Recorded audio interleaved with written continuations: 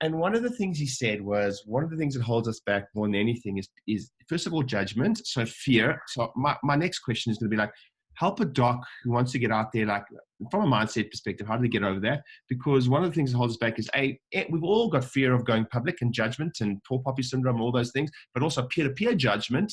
Peer-to-peer judgment is the biggest killer.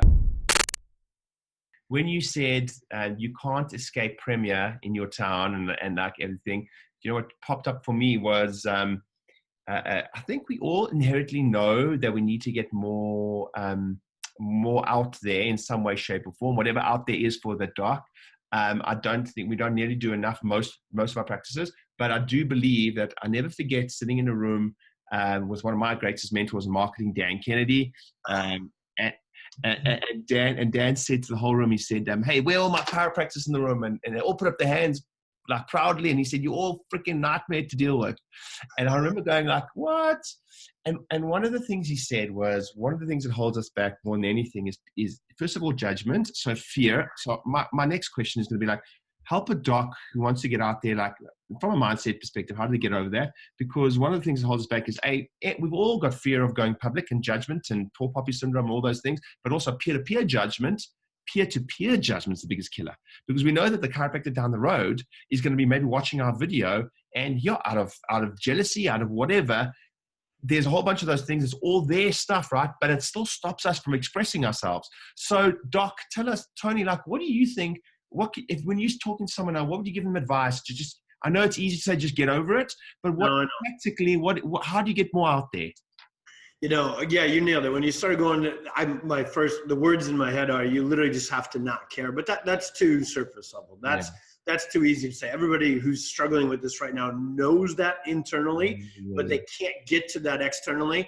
My actual first tactical step, and I think this is where we've had the advantage here, Ryan, is, and again, we sought out this advantage. I would certainly say you need a mentor who has taken more arrows than you, who can illuminate that path and say, it really, truly is going to be. For me, that was David Jackson. That was David Fletcher. That was Tracy Wilson.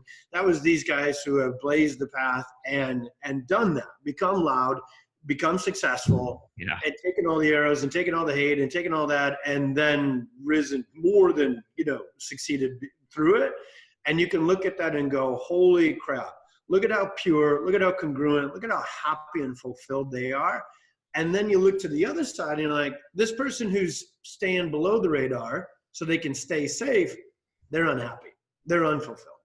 And so for me, it was really, I had to find a mentor that I trusted and really believe in them when they told me it was okay to step out and be loud and go and do what I want to do. And we've taken arrows. Dude, one time on Facebook, some guy compared me to ISIS with our pediatric coach. And I was like, this was after I had overcome all this. And I was like, geez, you really did effort to that one. I was like. Do you know what I love? Okay, first of all, please write that. If you listen to this right now, please write what Tony just said there. Find a mentor that's taken more arrows. I thought that was just beautifully put. I wrote it down. It was wonderfully put.